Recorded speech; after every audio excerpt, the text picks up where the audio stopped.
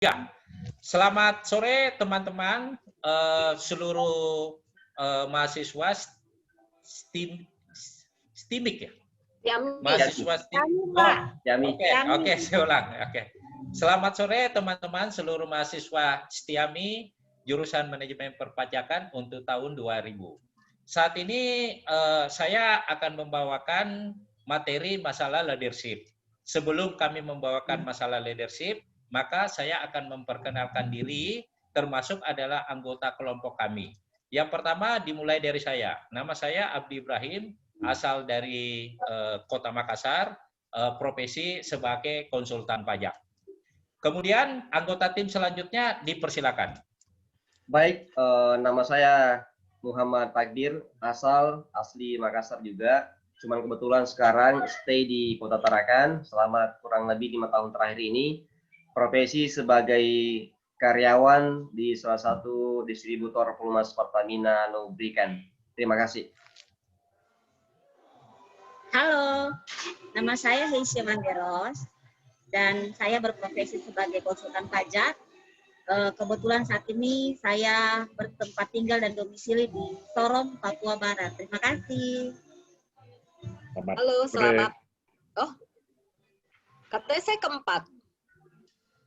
Boleh ya, itu dulu silakan. Yang mana duluan nih? Oh ya, oke. Kita ulang dulu. Sebab yang pertama kan, ya. Bisa langsung aja Pak, kan ada perempuannya 2. Laki-lakinya kan 3. Tadi kan udah saya masuk yang ketiga, berarti Pak Bahari baru Ibu Dewi ya. Oke. Oke. Ya. Ulangi, Pak. Silakan Pak Bahari. Langsung aja, karena akan cuma memperjelas, memperkenalkan. Ya. Oh, ya. Ya, makasih. Selamat sore, Bapak Ibu semua. Nama saya Bahari, berasal dari Semarang. Sehari-hari saya bekerja sebagai akuntan publik. Terima kasih. Selamat sore semua. Saya Dewi Sintawati Kusnadi. Saya asal dari Jakarta dan bekerja di developer di perusahaan. Saat ini domisilinya ada di Bali. Oke, terima kasih. Bicara tentang leadership, itu berbicara tentang bagaimana menjelaskan tentang pengertian itu sendiri. Saya mencoba memaparkan bahwa leadership adalah penanggung jawabnya berlangsung untuk organisasi dan bertindak untuk mengarahkan, membimbing manajemen. Sementara organisasi adalah wadah kegiatan sekelompok orang untuk mencapai tujuan. Untuk mencapai tujuan tersebut diperlukan adanya manajemen. Sementara pengertian dari manajemen itu sendiri adalah seni dari ilmu perencanaan, pengorganisasian, pengarahan, koordinasi, dan kontrol terhadap sumber daya untuk pencapaian tujuan organisasi. Selanjutnya, anggota tim kami akan menjelaskan masalah konsep teori tentang apa guna dan historical daripada ke leadership itu sendiri. Untuk itu, saya persilakan. Terima kasih. Seperti tadi Pak Abdi sampaikan begitu mengenai masalah pengertian pemimpin begitu. Nah, di dalam hal ini ada beberapa teori mengenai masalah kepemimpinan atau leadership. Teori-teori tersebut itu antara lain. Yang pertama itu mengenai masalah teori genetis.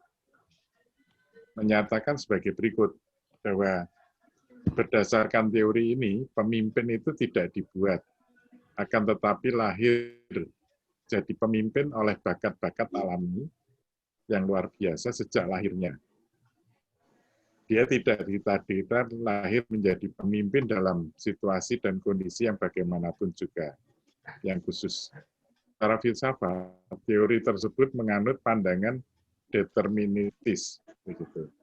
Sedangkan teori yang lain, begitu, lawan dari teori genetis tersebut, yaitu teori sosial.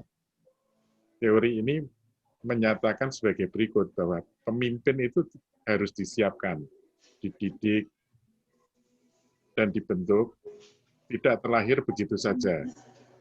Setiap orang bisa menjadi pemimpin melalui usaha penyiapan dan pendidikan yang baik, serta didorong oleh kemauan sendiri dari masing-masing pribadi tersebut.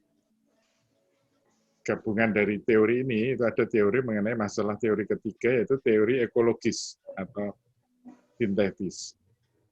Teori ini muncul sebagai reaksi dari kedua teori tersebut lebih dahulu. Menyatakan sebagai berikut, seorang akan sukses menjadi pemimpin bila sejak lahirnya dia telah memiliki bakat-bakat kepemimpinan. Dan bakat-bakat ini sempat dikembangkan melalui pengalaman dan usaha-usaha pendidikan. Juga sesuai dengan tuntutan lingkungan atau ekologisnya. Baik, teman-teman, mahasiswa STEM yang saya hormati, saya melanjutkan beberapa lagi hal terkait leadership dari kelompok kami. Saya akan menyampaikan apa sih kelebihan yang harus dimiliki oleh seorang pemimpin. Dalam hasil diskusi kami sepakat yang pertama, kelebihan yang harus dimiliki pemimpin adalah capacity. Dalam hal ini, memiliki kemampuan kecerdasan, kewaspadaan, kemampuan berbicara atau verbal facility, keaslian dan kemampuan menilai. Selanjutnya, kelebihannya adalah achievement. Ada gelar kesarjanaan, ilmu pengetahuan, perolehan dalam olahraga, dan atletik dan sebagainya yang menyangkut prestasi atau achievement. Selanjutnya, yaitu responsibility. Jadi punya tanggung jawab mandiri, berinisiatif, tekun, ulet, dan percaya diri, agresif, dan punya hasrat untuk lebih unggul lagi. Kelebihan selanjutnya adalah berpartisipasi, aktif, memiliki sociability tinggi, mampu bergaul, kooperatif atau suka bekerja sama, mudah menyesuaikan diri, dan punya rasa humor juga tentunya. Dan terakhir, kelebihan yang harus dimiliki pemimpin adalah pemimpin itu harus punya status. Dalam hal ini, meliputi kedudukan sosial ekonomi kah yang cukup tinggi, ataukah pemimpin itu populer, ataukah pemimpin itu tenar, dan sebagainya.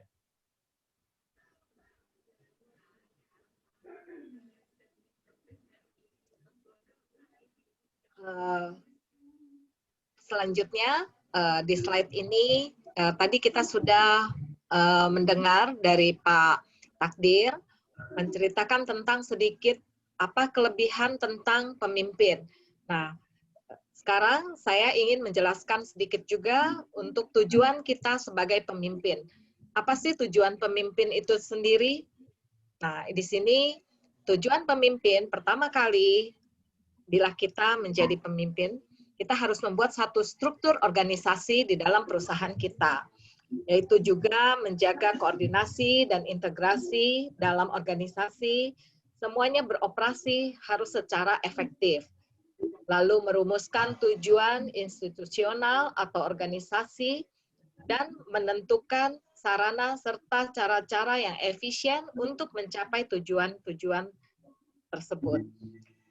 Lalu mengatasi bagaimana pertentangan serta konflik-konflik yang ada di dalam manajemen apabila ada muncul-muncul di dalam setiap perusahaan yang kita ketahui. Nah, kita harus menjadi pemimpin itu adalah mengadakan evaluasi serta mengevaluasi terus-menerus secara berulang. Lalu kita juga harus mengadakan revisi, yaitu adanya perubahan-perubahan, inovasi, pengembangan, dan juga penyempurnaan dalam organisasi. Inilah sekilas tujuan dari sebagai pemimpin. Lalu mungkin akan dilanjutkan oleh teman saya, Heisha, yaitu tentang leadership historical. Silakan Ibu Heisha. Terima kasih. Kita akan berbicara tentang leadership historical atau histori kepemimpinan.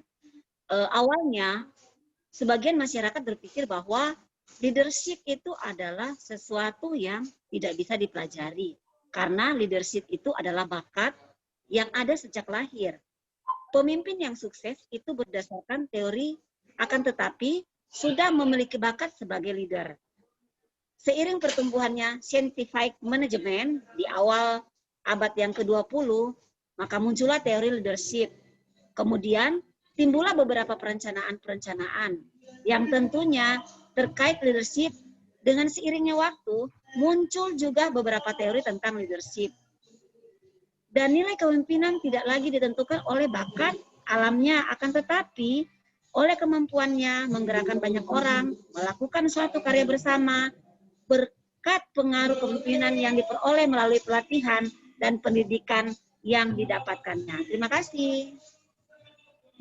Terima kasih teman-teman. Jadi kesimpulannya bahwa setelah teman-teman membawakan tentang masalah teori, tentang kelebihan, tentang tujuan dan ilustrasikan kepemimpinan, maka kami harapkan sebagai bahan ini bisa berguna buat seluruh mahasiswa STIAMIK jurusan manajemen dan sebagai bahan referensi buat informasi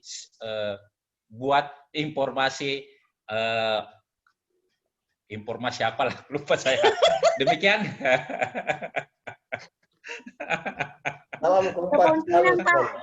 Kita kembali ke Oh ya, kepemimpinan. buat informasi masalah kepemimpinan, demikian kami sampaikan.